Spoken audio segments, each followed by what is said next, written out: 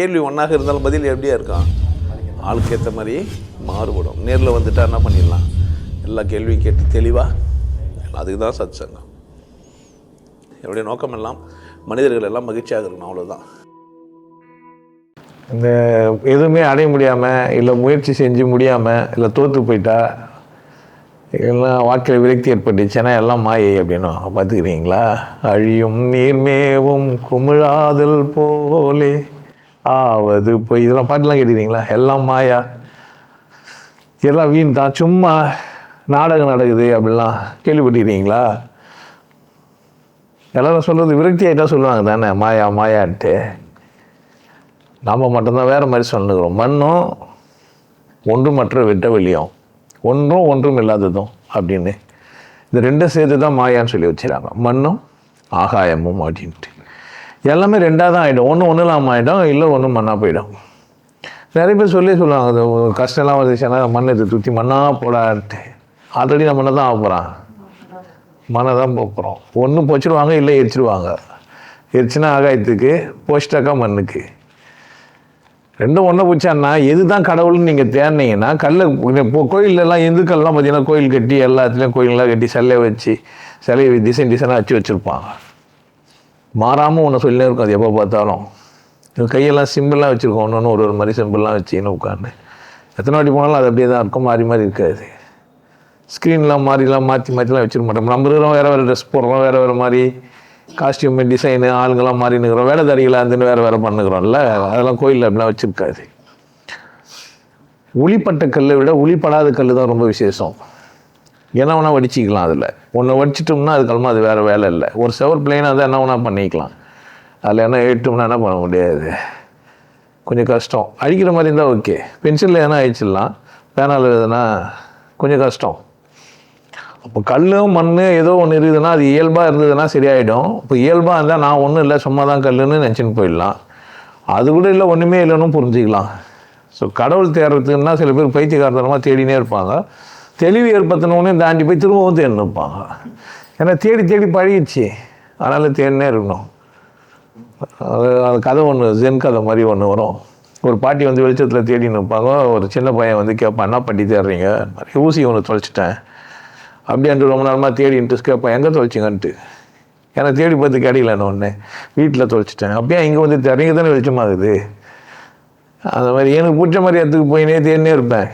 கடவுள் தேடல, நான் எனக்கு கம்ஃபர்டபுளான ஒரு இடம் தேடுறேன், அந்த மாதிரி தேடி நிற்பாங்க. இந்த மாயா ரெண்டுமே புரிஞ்சிச்சேன்னா, ரெண்டுமே ஒன்று தான், கல்லும் மண்ணும் ஒன்று தான் ஒன்று வந்தது. இன்றைக்கி சாலிட் ஸ்டேட்டில் அது நிற்கிறது, வெட்ட வெளியில் தான் அது வந்ததுன்னு புரிஞ்சிச்சானா, வெட்ட வெளி புரிஞ்சிச்சானா, சூன்யன்னு புரிஞ்சிச்சானா திரும்ப தேட வேண்டிய அவசியம் இல்லை. எங்கே தேடினாலும் அது என்ன தான், சூன்யம் தான். நீங்கள் என்ன தேடினாலும் அதெல்லாம் சும்மா நான் பிடிச்சிட்ட கடவுள்கிட்டலாம் யாரும் பிடிச்சி எடுத்து வந்து என்கிட்ட சொல்ல முடியாது.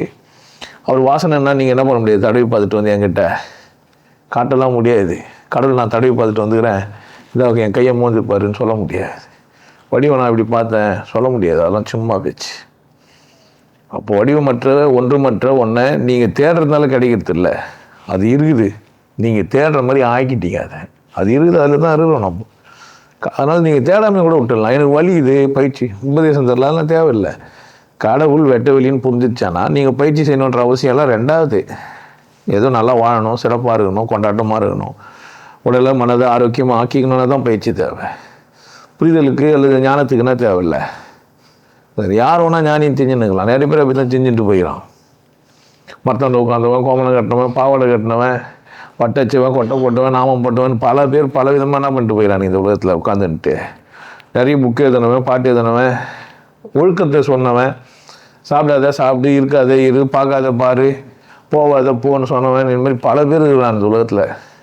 ரொம்ப சிம்பிள், கடவுள் வெட்ட வெளியாக இருக்குது, அது யாவாக இருக்குது, இல்லை கடவுள் பொருளாக இருக்குது. எதையும் செய்ய வல்லது ஒரு பொருள், எதையும் செய்ய வல்லது. ஒரு மண்ணு தான் இன்றைக்கி நம்ம ஃபோனாக்கி வச்சுன்னுக்கிறோம். மண்ணை தான் எடுத்து என்ன பண்ணி வச்சுக்கிறோம், இருக்கிற மண்ணெலாம். சிலிக்கான்றது ஒரு மண், எல்லாமே ஜெர்மனியன்றதோ அல்லது சொல்லப்படுற எல்லா பொருளுமே என்ன தான், ஒரு டஸ்ட்டு தான். டஸ்ட்டை எடுத்து வச்சு தான் என்ன பண்ணி வச்சுக்கிறாங்க.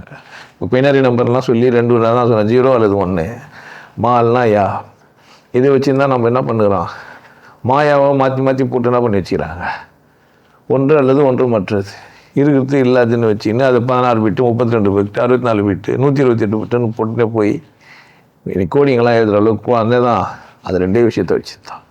ஸோ மாயான்னு சும்மா சொல்லி விட்டுறாமல் புரிஞ்சிச்சானா நீங்கள் கடவுள் புரிஞ்சிடும். கடவுள் புரிஞ்சிச்சானா பயிற்சி தேவையாக வானவான்றது அப்புறமா நீங்கள் என்ன பண்ணிக்கலாம், முடிவு பண்ணிக்கலாம். அதனால தான் நீங்கள் நிறைய பேர் பயிற்சியை செய்ய மாட்டேன்றீங்க. ஏன்னாக்கா போர் அடிக்குது உங்களுக்கு.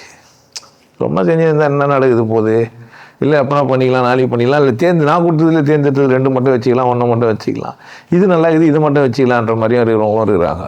நீங்கள் மாற்ற இடம்லாம் அப்படி தான் பயிற்சி பண்ணுறீங்கன்னா இல்லை இதை பண்ண முடியாது வந்துரு அப்படின்ட்டு. மாயா புரிஞ்சிச்சுன்னா நிம்மதியாக இருப்பீங்க, சந்தோஷமாக இருப்பீங்க. அதனால் மாயினா இல்லைன்னு நினச்சிக்க போகிறீங்க. இல்லாததுமா இருக்கிறதுமா இருக்குது. இருக்கிறதானா பொருள் வடிவமற்ற கல் மண். இந்த பக்கம் போனால் ஒன்றுமே இல்லை, 2 தான். ஸோ 2 தான் இங்கே இருக்குது, உண்மை தான். மற்றபடி மத நூலோ புக்கோ வேதமோ உங்களுக்கு உதவாது, சும்மா அதெல்லாம். இது புரிஞ்சுச்சுன்னா எல்லாம் உதவும். அதில் மறைமுகமாகவும் சூட்சமாகவும் வேறு சொல்லி வச்சுக்கிறானுங்க. எல்லாம் படிச்சுன்னே நீங்கள் குழப்பின்னு என்ன பண்ணிருக்கலாம், ஏமாத்தின்னே இருக்கலாம், ஏமாந்ததுன்னும் இருக்கலாம். ஸோ ஏமாறத்துக்கும் பிறந்தோம் வளர்ந்தோம் தான் என்ன பண்ண போகிறாங்க, இது தான் போகிறாங்க. புரிஞ்சுக்கோங்க, மாயா என்ன ஒன்றுமற்றதும் ஒன்றுமா இருக்கிறது தான். நீங்கள் ஒரு பொருள் உங்களுக்குள்ள பொருளற்ற ஒன்று வேலை செய்யுது, அவ்வளோதான். கடவுள் இல்லைன்னா இல்லை இருக்குது, ஆப்ஜெக்ட் இல்லை, அதனால் என்ன பண்ண முடியாது, நீங்கள் எவிடன்ஸ் எடுத்து தர முடியாது. ஆப்ஜெக்ட்னா மண்ணு தான். நாசாவுக்கு போயிருந்தேன், அங்கே பெரிய கல் இருந்தது, ஃபோட்டோ வச்சு தடவி பார்க்குற ஒன்றும் இல்லை, இதே கல் தான் இது. எங்கே போனாலும் கல் என்ன தான், கல் தான். அதனால் மாயான்றது கூட புரிஞ்சிங்கன்னா கடவுளை புரிஞ்சிக்கலான்னு சொல்ல வரேன். அதுதான் அப்படி சொல்லி வச்சேன்.